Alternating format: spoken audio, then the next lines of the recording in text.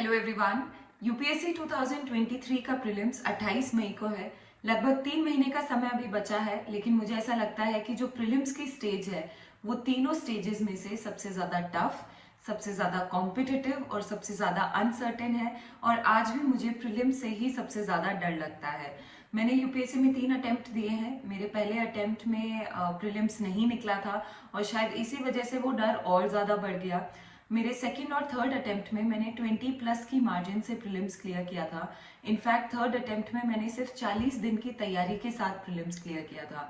तो अपने एक्सपीरियंस के बेसिस पे मुझे लगता है कि कुछ ऐसी मिस्टेक्स है जो एज एन एस्पिरेंट हम लोग कमिट करते हैं, जिसकी वजह से प्रीलिम्स क्लियर नहीं कर पाते। इनफैक्ट मैंने खुद ने इनमें से काफ़ी सारी मिस्टेक्स कमिट की थी, जिसकी वजह से मेरा पहला प्रीलिम्स नहीं निकला था। सबसे पहली मिस्टेक जो हम में से काफ़ी लोग कमिट करते हैं इस लास्ट के 2-3 महीने का एक इफेक्टिव प्लान या स्ट्रैटेजी ना होना। प्रीलिम्स से 2-3 महीने पहले का हमारे पास पूरा टाइम टेबल होना चाहिए कि हम कब कौन सा सब्जेक्ट कवर करेंगे, कौन सी बुक लिस्ट से कवर करेंगे, करंट अफेयर्स कैसे कवर करेंगे, कौन सी बुक लिस्ट उसके लिए पढ़नी है, टेस्ट सीरीज कौन सी लगानी है, कब कौन सा टेस्ट देना है। ये लास्ट के 2-3 महीने में आपकी जितनी क्लैरिटी होगी, जितना प्लान्ड आप चीज़ें करेंगे, उतनी ही क्लैरिटी, उतना ही कॉन्फिडेंस आपको एग्जाम के टाइम पे आएगा। एक सेंस ऑफ कंप्लीशन काफ़ी ज़्यादा ज़रूरी है कि आपने एक एक बार सारी चीज़ कवर कर ली है, उसको रिवाइज कर लिया है और लास्ट में इफेक्टिव नोट्स पढ़ के आप एग्जाम देने जाते हो। मैंने किस तरीके से अपना प्लान बनाया था, आई will share in the next video. The second mistake जो हमें बिल्कुल अवॉइड करनी चाहिए is do not diversify your static sources. Static जो सब्जेक्ट्स हैं उनके लिए लास्ट मोमेंट पे नया कोई भी सोर्स रेफर नहीं करना चाहिए। जैसे पॉलिटी हो गया, मॉडर्न हिस्ट्री हो गया, इकोनॉमिक्स हो गया, एनवायरनमेंट, इन सब के लिए जो आप पूरे साल की तैयारी करते आए हैं या जब से भी स्टार्ट किया है, जो बेसिक सोर्सेज है वही रखने हैं। अगर आपने पहले एनसीईआरटीज नहीं पढ़ी है तो लास्ट के मोमेंट पे उसको नहीं स्टार्ट करना चाहिए। जितना कंसाइज, जितना लिमिटेड आप अपना बेसिक का सोर्स रखेंगे उतना ज़्यादा इफेक्टिव होगा। लास्ट के टाइम पे वैसे भी कुछ नया स्टार्ट करने से वो याद नहीं रहेगा। And I would advise to stop going to the photocopy shops और द टेलीग्राम चैनल्स जहाँ पे बहुत सारे हैंड बुक्स या फिर मटेरियल अवेलेबल रहते हैं। फोटोकॉपी शॉप्स में जाके ये लगेगा कि ये भी नहीं किया, वो भी नहीं किया, सेंस ऑफ इनसिक्योरिटी और इनकम्प्लीशन आता है। जब मार्केट में जाएंगे तो आपको 10 सोर्स मिलेंगे और हम यूजुअली ये मिस्टेक करते हैं कि हम सेम चीज के लिए 4 जगह से पढ़ना शुरू कर देते हैं। इट इज इम्पॉर्टेंट कि आप अपनी विड्थ ज़्यादा कवर करें प्रीलिम्स के लिए rather than depth of a subject. जितना ज़्यादा आप एरियाज कवर करेंगे उतना ज़्यादा बेटर होगा। तो ज़्यादा कंफ्यूज नहीं होना है, अपने बेसिक सोर्सेज को डाइवर्सिफाई नहीं करना है, जो ऑलरेडी कर रखा है उसी को बार बार रिवाइज करना है। लेकिन अगर कोई ऐसा सब्जेक्ट है जैसे मिडिवल हिस्ट्री जो आपने पहले नहीं किया है और उसका कोई कंसाइज सा बुकलेट अवेलेबल है तो उसको एक बार देखा जा सकता है। लेकिन ये तो सब बोलते हैं कि लास्ट के टाइम पे कुछ भी नया सब्जेक्ट नहीं उठाना है, मटेरियल नहीं उठाना है। एक ऐसी मिस्टेक जो हम कमिट करते हैं इज कि हम करंट अफेयर्स में भी नई चीज़ें देखनी बंद कर देते हैं। करंट अफेयर्स में लास्ट के टाइम पे कुछ हाई यील्डिंग नोट्स आते हैं, कुछ हाई यील्डिंग टॉपिक्स आते हैं जो आई थिंक हमें इस टाइम पे देखने चाहिए। So do not avoid those high yielding topics. High yielding topics ऐसे टॉपिक्स होते हैं जिनमें कम मेहनत करके आपको ज़्यादा आउटपुट मिलता है और प्रीलिम्स के लिए वो स्पेसिफिक होते हैं। For example the national parks, biodiversity, hotspots, sanctuaries in news, या फिर इंडिया की जो इंटरनेशनल एक्सरसाइजेज हैं दूसरी कंट्रीज के साथ में, इंटरनेशनल ऑर्गेनाइजेशंस, उनके headquarters, places in news, maps का स्टडी, ये ऐसी चीज़ें हैं जो सिर्फ प्रीलिम्स से पहले आती हैं। तो फॉर श्योर आपने ये पहले नहीं कर रखी होती। इनके लिए कोई भी एक इफेक्टिव मटेरियल आप मार्केट से पिक कर सकते हैं, इनका कोई वीडियो यूट्यूब पे देख सकते हैं and cover it. The bottom line is कि सेम चीज के 2 मटेरियल नहीं करने हैं। अगर आपने एक जगह से नेशनल पार्क्स या बायोडाइवर्सिटी हॉटस्पॉट्स कवर कर लिया तो उसको 3 जगह से करने की जरूरत नहीं है। ज्यादा टॉपिक्स कवर करने हैं लेकिन एक टॉपिक को 2 जगह से कवर नहीं करना है। ये एक बॉटम लाइन मंत्रा है। Fourth mistake to avoid is कि हम सी सैट इग्नोर करना शुरू कर देते हैं। हम में से बहुत से लोग ओवर कॉन्फिडेंट हो जाते हैं, इंक्लूडिंग मी।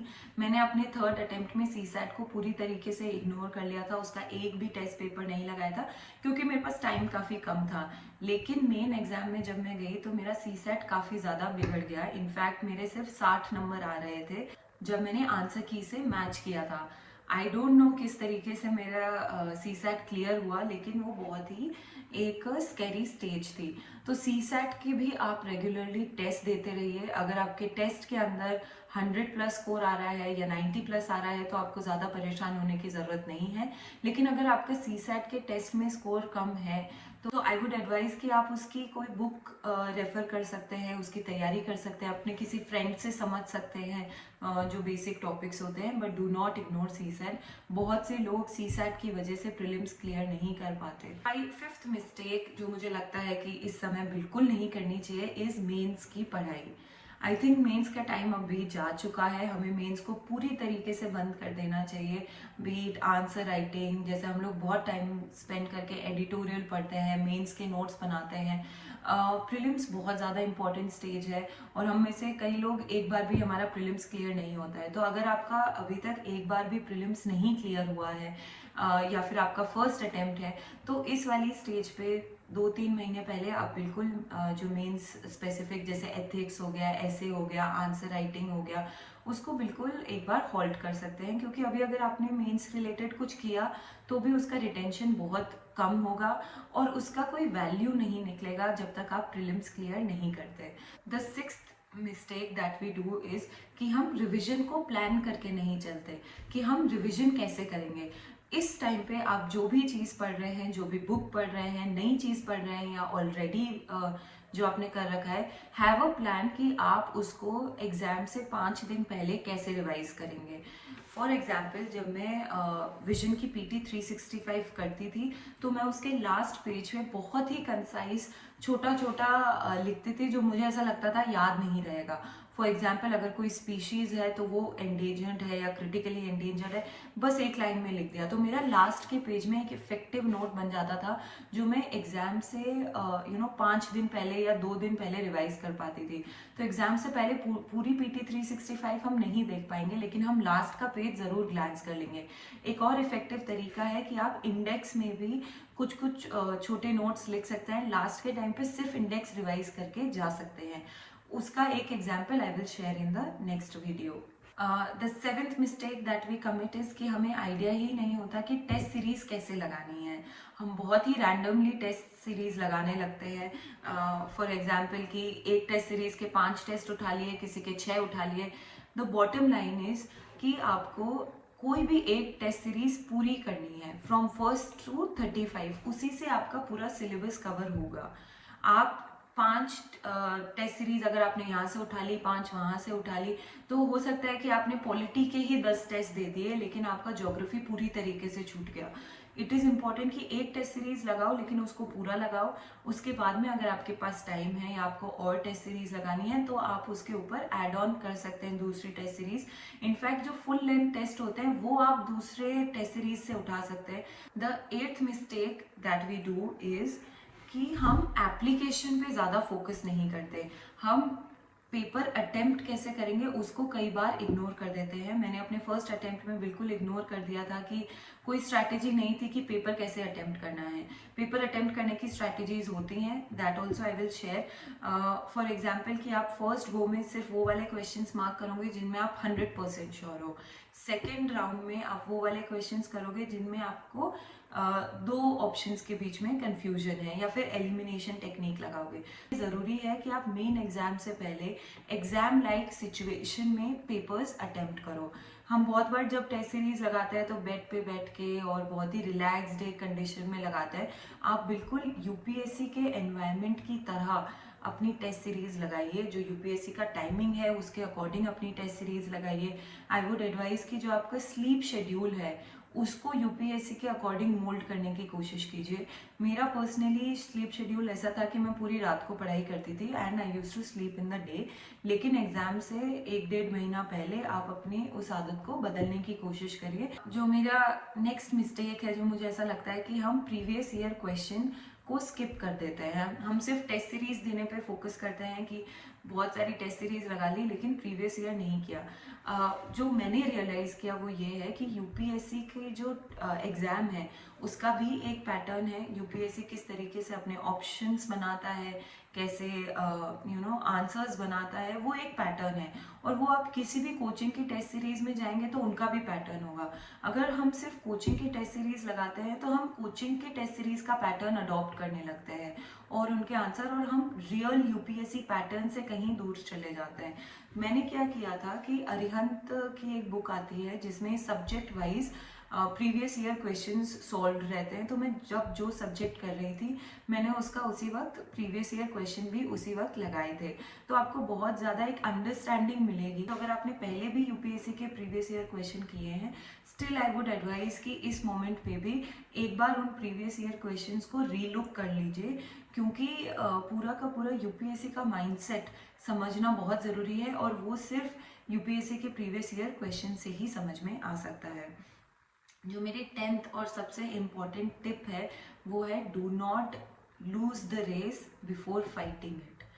ये मेरी सबसे बड़ी गलती थी जो मैंने फर्स्ट अटेम्प्ट में की थी। मैं एग्ज़ाम से 1-2 महीना पहले काफ़ी घबरा गई थी और मैंने मन में ये सोच लिया था कि इस अटेम्प्ट की मेरी तैयारी इनफ नहीं है, मैं अगला अटेम्प्ट ही दूंगी। Do not do that. अगर आपने इस एग्ज़ाम का फॉर्म भरा है और आपको लगता है कि आपकी तैयारी इनफ नहीं है, तो ऐसा कोई दिन नहीं आएगा जब आपको एकदम से लगेगा कि आपकी तैयारी इनफ है। मेरे सिलेक्शन तक, लास्ट तक मुझे ऐसा लगता रहा कि ये भी कर सकते थे, वो भी कर सकते थे। अगर आपने थोड़ी भी मेहनत करी है उससे पहले तो ये लास्ट का समय सबसे ज़्यादा इम्पॉर्टेंट है। इस समय में आप जैसे मोमेंटम बनाएंगे, जैसा माइंडसेट बनाएंगे, वो फाइनल एग्जाम में रिफ्लेक्ट करेगा। अगर एग्जाम दे रहे हैं तो ये पूरा मिशन मोड में आपके लास्ट के 2-3 महीने की तैयारी होनी चाहिए स्ट्रैटेजी के साथ। अभी आप जो भी करेंगे वो ज़रूर आपको लास्ट में याद रहेगा। आपको ऐसा लगेगा कि आप सब भूलते जा रहे हैं, लेकिन you will remember whatever you are doing in this time. And I have seen a lot of cases जो बच्चे पूरा साल मेहनत करते हैं लेकिन लास्ट के मिनट में गिव अप करके उनका सिलेक्शन नहीं होता, और जो लोग पूरे साल ढीली ढाली मेहनत करते हैं लेकिन लास्ट में एकदम मिशन मोड पे आके उनका प्रीलिम्स क्लियर हो जाता है, या कोई भी स्टेज, वो मोमेंटम बिल्ड करना ज़रूरी है। अगर आप पहले 4-5 घंटे की पढ़ाई कर रहे थे तो ये वो टाइम आ गया है जहाँ पे आपको एटलीस्ट 8 से 10 घंटे की रेगुलर पढ़ाई करनी स्टार्ट कर देनी चाहिए। सो डू नॉट, अपना माइंडसेट ऐसा बना लीजिए कि एग्ज़ाम क्लियर करना ही है, सारे सब्जेक्ट, सारा सिलेबस क्लियर करना है, एंड ट्रस्ट मी, उस मोमेंटम के साथ आपका प्रीलिम्स निकल जाएगा।